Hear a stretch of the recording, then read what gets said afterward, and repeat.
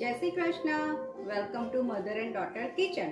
આજે આપણે બનાવીશું મેથીની ભાજીની પૂરી, મસાલાવાળી પૂરી, જે બધાને ભાવે છે. નાસ્તામાં નાના છોકરાઓને તો ખૂબ જ ભાવે છે. તો એના માટે આપણે શું સામગ્રી જોઈશે તે હું તમને બતાવી દઉં છું. મેથીની ભાજી, ઘઉંનો લોટ, મીઠું, ખાંડ, હળદર, લાલ મરચું, જીરું, તેલ અને પાણી. ઘરમાં બધા ઇન્ગ્રેડિયન્ટ્સ ઇઝીલી મળી જાય છે અને મેથીની ભાજી જો તાજી હોય તો એની મજા જ કંઈ અલગ હોય છે. તો ચાલો આપણે એની તૈયારી કરીએ. મેથીની ભાજી ધોઈને સમારી દીધી છે. હવે એને ઘઉંના લોટની અંદર એડ કરીશું.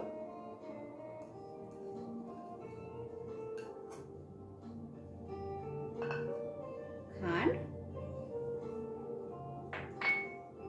મીઠું,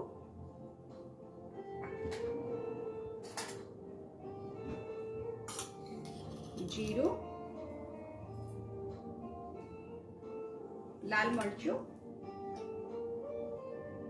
અને હળદર બધું એડ કર્યા પછી અંદર તેલ મૂકીશું.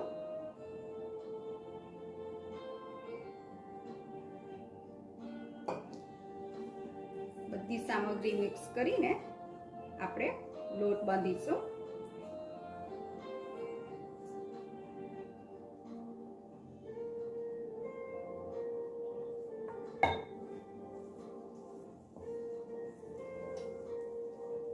આ રીતે પૂરીનો આપણે લોટ બાંધી દઈશું. આપણે ભાખરીનો લોટ જેવો બાંધીએ તે જ ટાઈપનો પૂરીનો લોટ હોવો જોઈએ.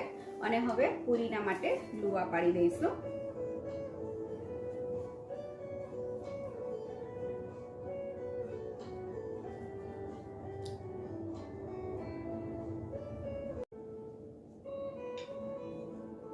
હવે પૂરી વણી દઈશું.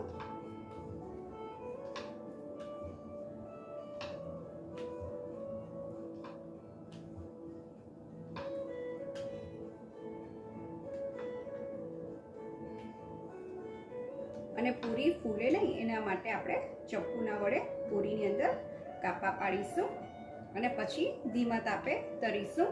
ધીમા તાપે એટલા માટે તળીશું કે જેથી એ ક્રિસ્પી થાય અને નરમ તરત નહીં પડે, કારણ કે આ પૂરી તમે ઘણા દિવસ સુધી સ્ટોર કરીને એન્જોય કરી શકો છો.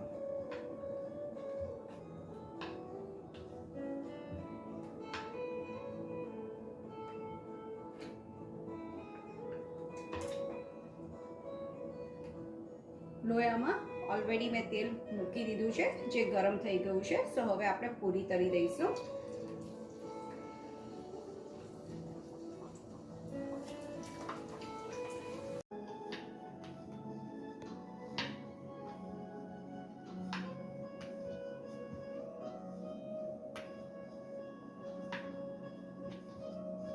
પૂરી વણીને એની અંદર આપણે ચપ્પુના વડે કાપા પાડીશું કે જેથી પૂરી તેલમાં ફૂલી નહીં જાય. અને ધીમા તાપે તળીશું.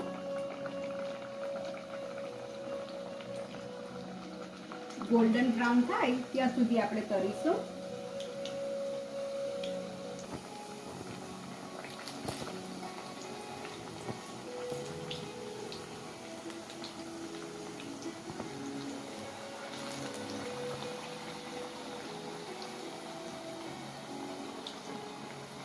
તાજી મેથીની ભાજીની સ્મેલ જ એટલી સરસ છે. અને આ પૂરી તમે કશે ટૂરમાં ફરવા જવાના હોય તો લઈને તમે એન્જોય કરી શકો છો. ચાની જોડે એન્જોય થઈ શકે છે. વેધર જરાક વરસાદ પડતો હોય તો મેથીની ભાજીના ભજીયા સરસ લાગે છે, તેમ પૂરી પણ નાસ્તામાં સરસ જ લાગે છે. તમે ટ્રાય કરજો ઘરે, તમને પણ ભાવશે.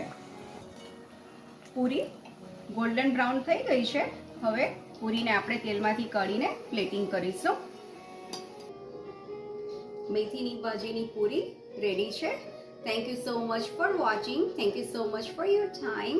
See you soon in new video with new recipe. Thank you.